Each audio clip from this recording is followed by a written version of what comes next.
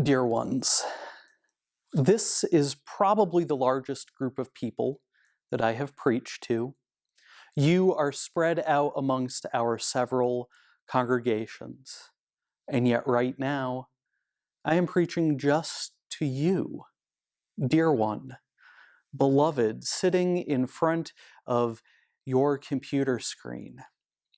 There is so much that I do not know about you.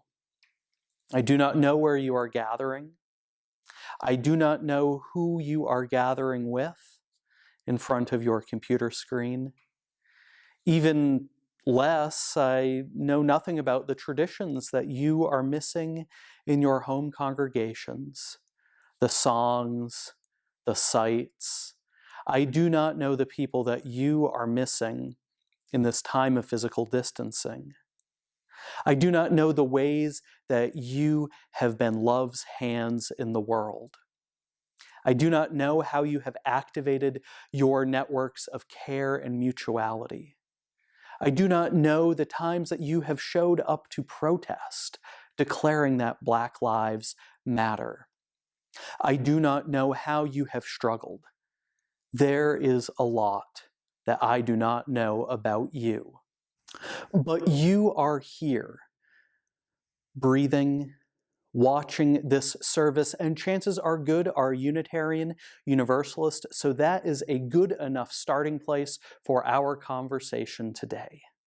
Furthermore, with all the fluidity in this world, there is likely something that has changed in our country or in your world since I recorded this on July 13th.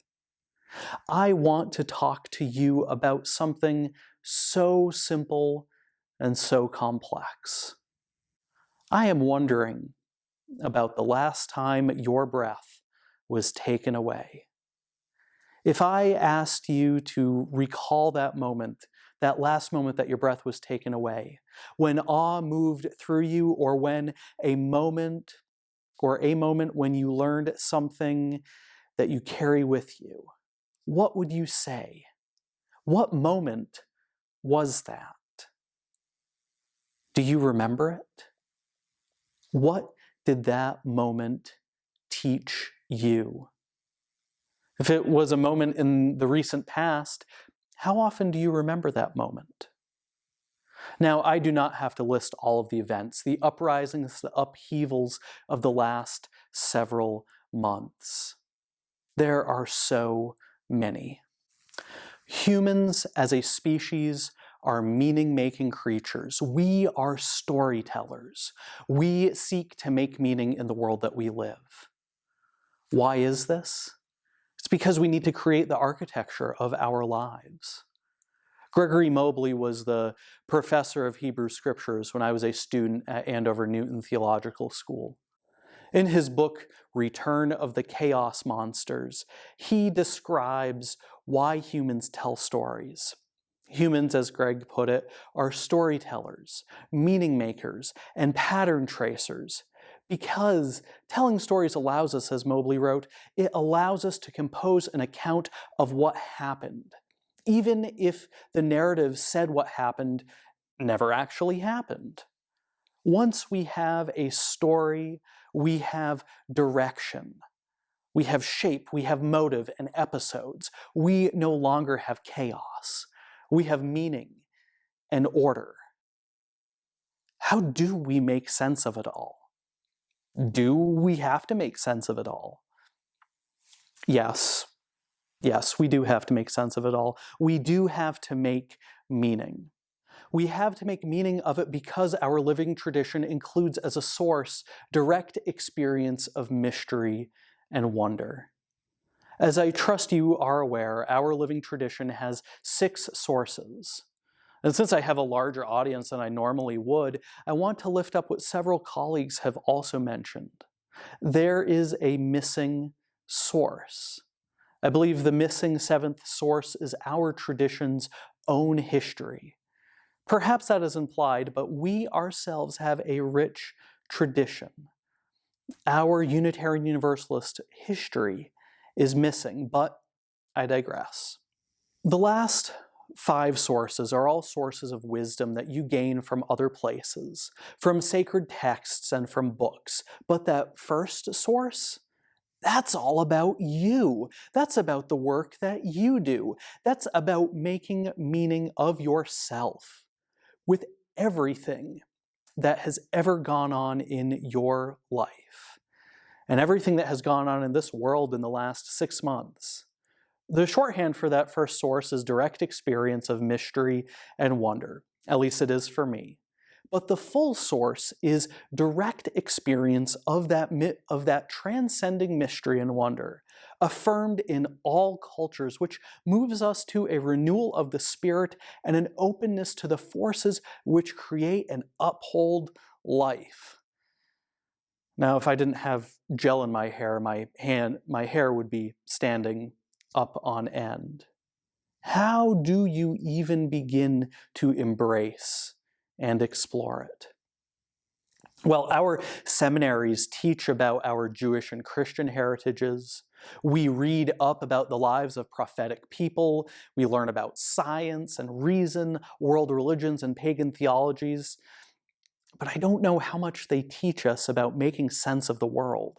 How do we create our own first sources personal? And how do we create our communal first sources? How do we make sense of the world? Now, every moment, every experience does not necessarily make meaning. We are not a faith tradition that says everything happens for a reason. But when we have those whoa, yikes moments or those moments that help us understand more, it is worth figuring out how do we plumb those moments for deeper meaning. Some of us do this task of meaning making, exploring the poetics of the world with therapists or coaches or ministers or spiritual directors who all do wonderful jobs with that, but this is something that is accessible to everyone. You can do these exercises at home. You can flex your own moral muscles, as Nathan Walker writes. Exercise spiritual practices to the point of training your mind and body and spirit to collaborate as a single, integrated, and dynamic unit. It is accessible to all because we all have those moments that my colleague Kendall Gibbons writes about, where you want to weep, want to dance, want to fall on your knees and be one with whatever that is in everlasting praise. The question becomes, how do we turn our direct experience into Scripture? How do we write the sacred text of our lives? The St. Lucian poet Derek Walcott, in his poem Love After Love, invites us into that space when he invites us to take down the love letters from the bookshelf, the photographs, the desperate notes, to peel your own image from the mirror and sit and feast on your life. Now, this is a source that our transcendentalist foreparents would recognize. Emerson wrote, "It is not what we believe, but the universal impulse to believe. That is the principal fact." It is a beautiful source because it means that whatever we experience in another source, that feeling underneath it becomes that first source. How we are moved by a sunset or a protest or the words of a prophetic person or by a song. All of that is our first source. Now, there is something challenging about talking about this source. It is one that creates a level playing field. Everyone has their own first source, just like everyone has their own individual lives that they have made sense of, their own stories that they embrace again and again. Everyone has been shaped by their traumas, their joys, their griefs, their ahas. Everyone has access to it, not just ministers and religious professionals. The person who has a fully funded retirement and the person who wonders where their next meal will come from. We all carry it. But I want this to be a deeper taproot. I want this to be a brighter lodestar. In my mind, This is a question about theological reflection. Now, there are a couple of ways that we can make sense of experiences that we have had. One is to consider the practice of Lectio Divina. Lectio Divina, or sacred reading, is a wonderful spiritual practice that you can really use with anything you consider to be a sacred text, whether that's the Bible, the Bhagavad Gita, Mary Oliver poem, Harry Potter, the movie Caddyshack, a song by the Beatles or by Lizzo. You sit with that text and you consider on 4 different levels. Much of this practice of Lectio Divina was written by the Italian monk Guido II in his pamphlet, The Ladder of Monks. In that pamphlet, he said that the 4 steps are reading, meditating, praying, and contemplating, which are good, but they're a little bit vague for us. I appreciate how Vanessa Zoltan and Casper ter Kuile explain it on their podcast, Harry Potter and the Sacred Text. What's literally happening in the narrative? Where are we in the story? That's step 1. Step 2 is what allegorical images, stories, songs, or metaphors show up for you. Step 2. Step 3 is what experiences have you had in your own life that come to mind? And 4, what actions are you being called to take? Now, as we previously shared, we can use this method to sit down and chew on any sacred text. And what if we used an experience in our own lives instead as a sacred text? Maybe we aren't keeping a diary, but maybe we are. Maybe we could use a memory, one of those memories from Facebook that comes up, or a photograph of a day in our life to engage in a sort of autobiographical Lectio Divina, our own sacred reading. After experiencing something, an event, a scene, a situation, a day in our lives, we consider the story. We think about exactly what happened. Who are the characters, the feelings, the props, the setting? Step 1's easy. Then we move on to imagination. What songs, poems, hymns, stories, movies, images does this scene in your life remind you of? In this part of the analysis of our life, we can let our imaginations run wild. Casper ter Kuile writes in his book, The Power of Ritual, the first stage is as if we're putting a bite of food in our mouths. And that in that second stage, we have begun chewing it, breaking it down into many smaller pieces.